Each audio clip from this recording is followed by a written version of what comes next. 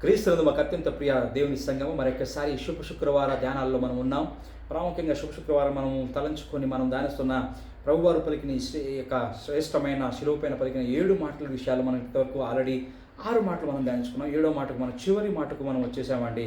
చివరి మాట చూసుకున్నట్లయితే వైద్యుడైన లూకా ఈ మాటను రికార్డ్ చేస్తా ఉన్నాడు. 23వ అధ్యాయం 46వ వచనం చూసుకున్నట్లయితే, అప్పుడు యేసు గొప్ప శబ్దంతో కేక వేసి, తండ్రి, నీ చేతికి నా ఆత్మను అప్పగించుకొనుచున్నానను ఆయన ఎలాగో చెప్పి ప్రాణం విడిచాను. ఇక్కడ గమనించినట్లయితే నీ చేతికి నా ప్రాణాన్ని అప్పగించుకుంటున్నాడు అన్నట్టుగా చూస్తున్నాం. దీని యొక్క వాక్యం యొక్క సారాంశం లేకపోతే మనకు అంతిమ శీర్షిక గమనించినట్లయితే ప్రేమించారు ద ఫైనల్ కమెండేషన్, అంటే అంతిమ యొక్క సమర్పణ, చివరి సమర్పణ, అంతిమ సమర్పణగా ఇక్కడ మనము చూస్తున్నాం. ఏంటి? తండ్రి, నీ చేతులకు నా ఆత్మను అప్పగించుకొనుచున్నాను అనే మాట. ఇక్కడ దీని యొక్క చారిత్రక నేపథ్యం ఒకవేళ మనం సంక్షిప్తంగా చూసుకున్నట్లయితే, మరొకసారి మనం గొల్గొతా కొండను మన కంటి ముందు మనం ఉంచుకున్నట్లయితే ఆ దృశ్యాన్ని, అప్పటికే సరిసుమారు గొల్గొతా కొండ పైన 3 గంటలు చీకటి విడిపోతున్న ఒక సమయాన్ని మనం అక్కడ చూడవచ్చు. ప్రేమదేవుడరా, యేసుప్రభువు అప్పటికే 6 మాటలు మనం పలికారు. ఆయన చరిత్ర ప్రకారం చూసుకున్నట్లయితే సిలువ వేయబడిన వారు శ్వాస ఆడక అంతమాత కాకుండా నీరసించిపోయి అతి తక్కువ స్వరంతో వారు మరణించేవారుగా ఉంటారు. గమనించండి. కానీ యేసు ప్రభువారు ఇక్కడ దేవుని వాక్యం సెలవిస్తూ ఉంది. ఆ లూకా రాసిన సువార్త 23వ అధ్యాయము 46 మొదటి చెప్తాడు, ఆయన యేసు గొప్ప శబ్దముతో కేక వేసి, ఏంటంట?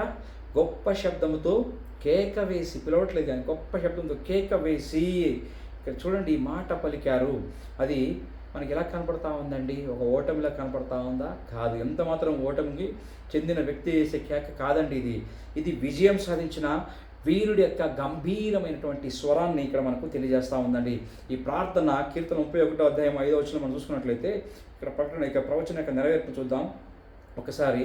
31వ అధ్యాయం 5వ వచనం మనం చూసుకున్నట్లయితే, ప్రేమదేవులారా, కీర్తన 31:5, నా ఆత్మను నీ చేతికి అప్పగించుకొనుచున్నాను.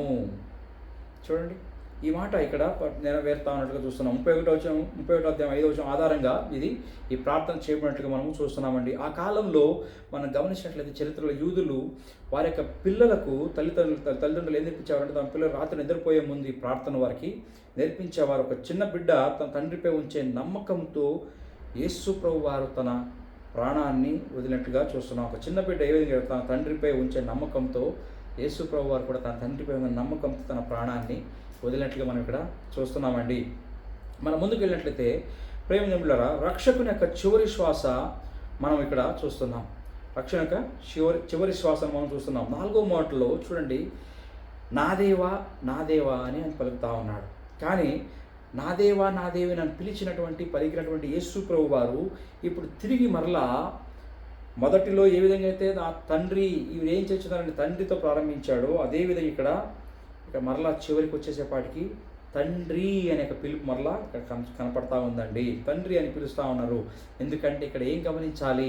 పాపపు శిక్ష అక్కడ ముగించబడింది. ఈ వాక్యాన్ని మీరు గ్రహించుకోండి ప్రేమదేవులారా. మొదటి మాటలో తండ్రి అని పిలిచిన యేసయ్య, 4వ మాట వచ్చేపాటికి ఆయన నా దేవా నా దేవ. ఎందుకు అక్కడ ఆయన తండ్రి నుంచి నా చెయ్యి ఎందుకు విడిచాట? అక్కడ తండ్రి నుంచి ఎడబాటు ఎందుకని మనం చూసుకున్నాం. ఎందుకంటే సర్వ మానవాళి యొక్క పాపం ఆయన పైన పడింది. అయితే 7వ మాట చివరి మాటకు వచ్చేసేపాటికి తిరిగి మరలా తండ్రి నా తండ్రి అని పిలుస్తూ ఉన్నారు. దీని అర్థం ఏంటంటే మన యొక్క పాప శిక్ష అక్కడ ముగించబడింది.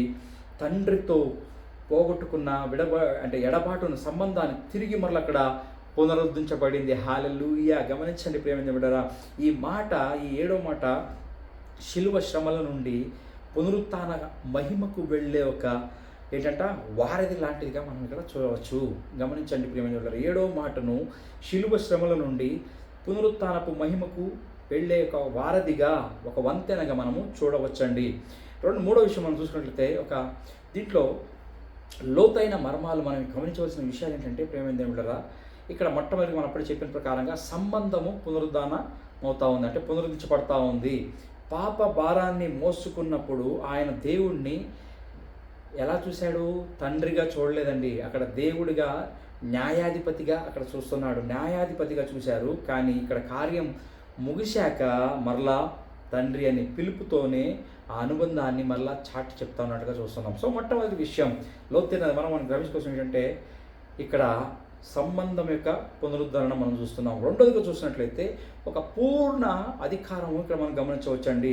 ఎందుకంటే యోహాను రాసిన సువార్తలో ఒక మాట ఆయన అంటాడు, నేను నా ప్రాణాన్ని ఎవరు తీయలేరు, నా ప్రాణాన్ని ఎవరు కూడా దాన్ని ఇవ్వలేరు. ఎందుకంటే నా ప్రాణం నా అంతటి నేనే పెట్టడానికి నాకు శక్తి ఉంది, నా ప్రాణం దాన్ని తీసుకోవడానికి కూడా నాకు శక్తి ఉంది, దాన్ని పొందుకోవడానికి కూడా నాకు శక్తి ఉంది, ఇది నేను తండ్రి వల్ల పొందుకున్నానని ఆ యొక్క శ్రేష్టమైన మాట యేసుప్రభువు వారి లోకంలో ఉన్నప్పుడు మనం పలకడం చూస్తున్నాం. ఆయన ప్రాణాన్ని ఎవరు కూడా బలవంతంగా పెట్టడానికి సాధ్యం లేదండి.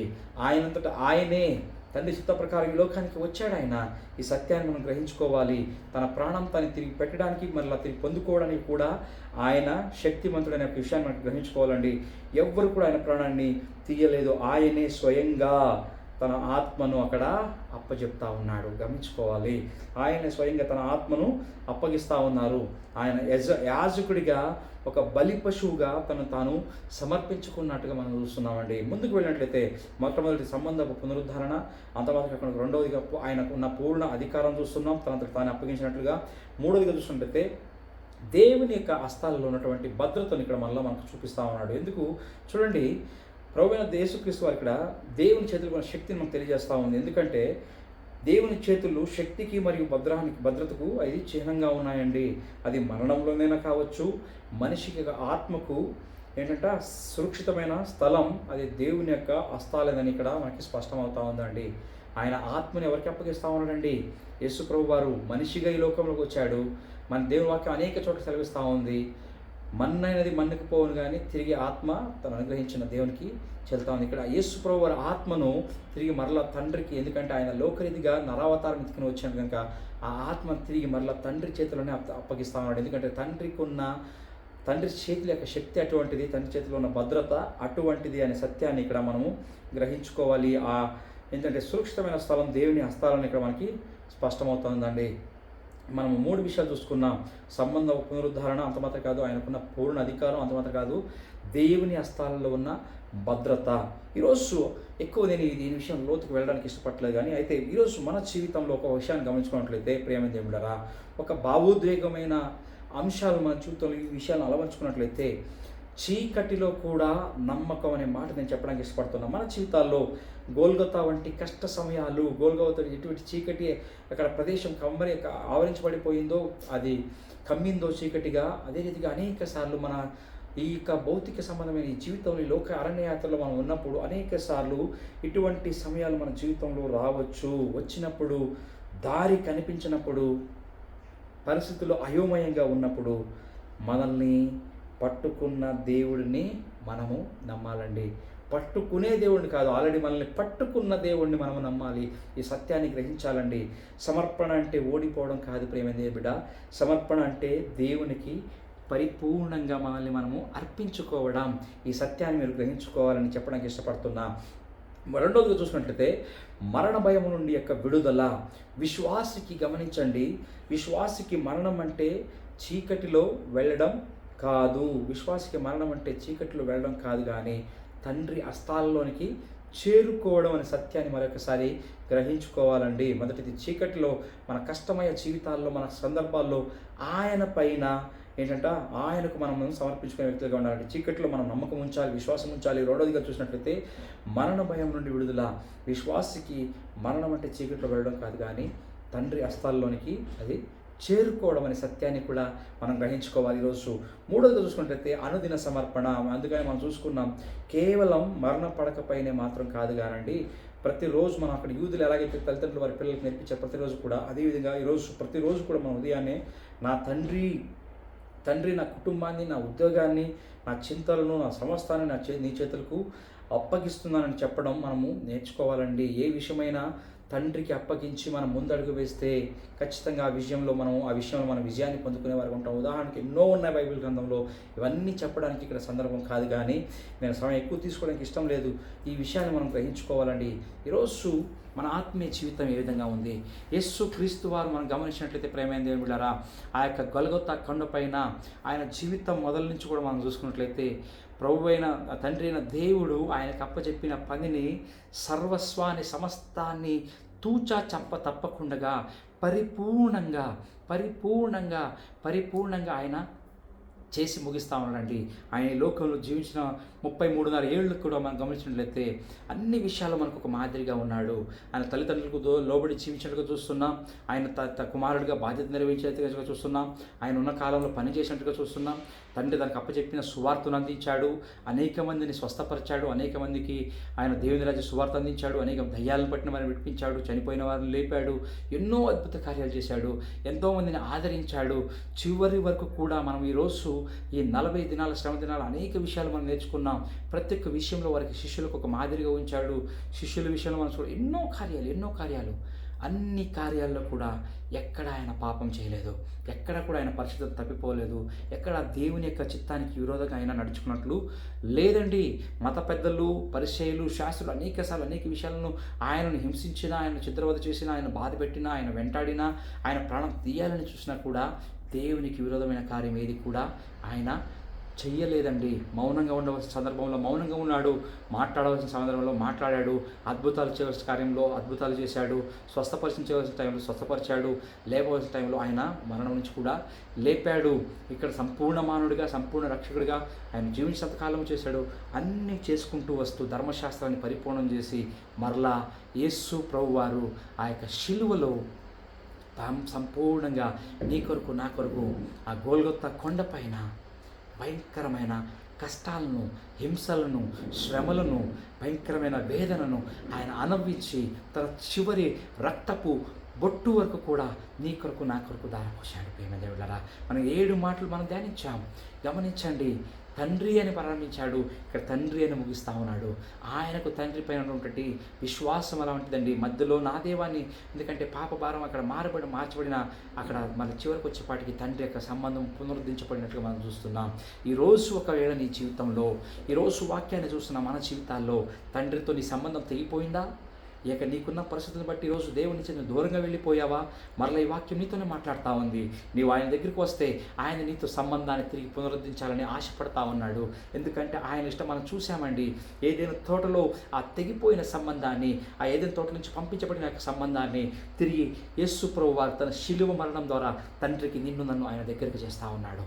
సో ఆయన దగ్గరికి చేసినప్పుడు ఇంకా నేను దూరంగా ఉంటానంటే అది దానికంటే దౌర్భాగ్యం ఇంకోటి లేదండి. ఎందుకంటే సమస్తం 6వ మాటలో మనం చూసుకున్నాం. సమస్తాన్ని ఆయన చేసి ముగించాడు. సమస్తాన్ని చేసి ముగించి సమత్వమని చెప్తున్నాడు. ఇక్కడ చివరిగా ఆయన ఆత్మను తండ్రికి మళ్ళా తండ్రి చేతిలోనే అప్పగిస్తున్నాడు. ఈరోజు నీ ఆత్మ, నా ఆత్మ మనది కాదు, ఆయన ఇచ్చినటువంటిది. ఈ శరీరం మట్టికి వెళ్ళిపోతుంది, కానీ ఈ ఆత్మ తిరిగి మళ్ళా ఆయనకు దగ్గరికి వెళ్ళాలండి. నీ ఆత్మ ఆయన దగ్గరికి వెళ్ళేదిగా ఉందా, లేకపోతే నరకానికి పంపించే వ్యక్తిగా నీ ఉన్నావా? ఎందుకంటే నీ చేతుల్లో ఉంది. కారణం ఇంతే, ఆయన సమస్తాన్ని చేసి ముగించాడు. తండ్రి లోకాన్ని ఎంతో ప్రేమించి ఒకగా కుమారుడు తన యేసుక్రీస్తు తన కుమారుని ఈ లోకానికి పంపించాడు. ఆ కుమారుడు వచ్చి నీ కొరకు నా కొరకు మన పాప సమస్తాన్ని కూడా ఆయన అనుభవించి ఆయన అన్నీ చేసి ముగించి ఈరోజు సమస్తాన్ని మరలా పోగొట్టుకున్న సంబంధాన్ని పునరుద్ధరించినప్పుడు, ఇంకా ఒకవేళ నీ సంబంధం ఆయనతో సరిగా లేనట్లయితే ఈరోజు కూడా ఈరోజు కూడా ఆయన కృప ఇంకా నీకు లభ్యంగా ఉంది. ఆయన సిలువ ఇంకా దగ్గరగానే ఉంది. నీవు ఆయన చేతుల్లోకి వచ్చినట్లయితే, నీ జీవితాన్ని ఆయన చేతుల్లో పెట్టినట్లయితే నీ ఆత్మకు భద్రత, నీ ఆత్మకు సంరక్షణ, తండ్రి చేతుల్లోనే నీ ఆత్మకు భద్రత గ్రహించాలి. లేకపోతే ఇష్టానుసారమైన జీవితాన్ని, మనకి ఇష్టానుసారమైన మనకు వచ్చిన మన విషయాలతో మనం బ్రతుకుతున్నట్లయితే ఖచ్చితంగా ఒకరోజు లెక్క చెప్పాల్సి వస్తుందండి. మన ఆత్మ, దేవుని ఉద్దేశము, దేవుని ఆశ ఆయనతో ఉండాలని, ఆయనతో జీవించాలని, ఆ ఏదంతో తిరిగి మళ్ళీ సహవాసంలో ఉండాలని ఆశ. ప్రేమ దేవుడా, నిన్ను క్షమించడానికి మాత్రమే రాలేదండి ఆయన. నిన్ను కేవలం ఇది చేయడానికి మాత్రమే రాలేదు, కానీ ఆయనతో తిరిగి ఆయన సహవాసంలో ఉండాలని వచ్చి ఆ సంబంధాన్ని పునఃస్థాపించాడు. ఆ సంబంధానికి వస్తావా ఈరోజు? దేవుని వాక్యం మనం చూస్తున్నామండి. నా గొర్రెలు నా భద్రతలు నా తొట్టిలో, ఆ దొడ్డిలో ఉన్నప్పుడు వాటికి భద్రత అంటున్నాడు. ఆయన దొడ్డిలోనికి మనం వద్దాం, ఆయన దగ్గరికి వద్దాం, ఆయన చేతుల్లో మన ఆత్మను, మన జీవితాన్ని అప్పచెప్పుకుందాం. దేవుడు మనల్ని మెండుగా ఆశీర్వదించును గాక. ఆమేన్.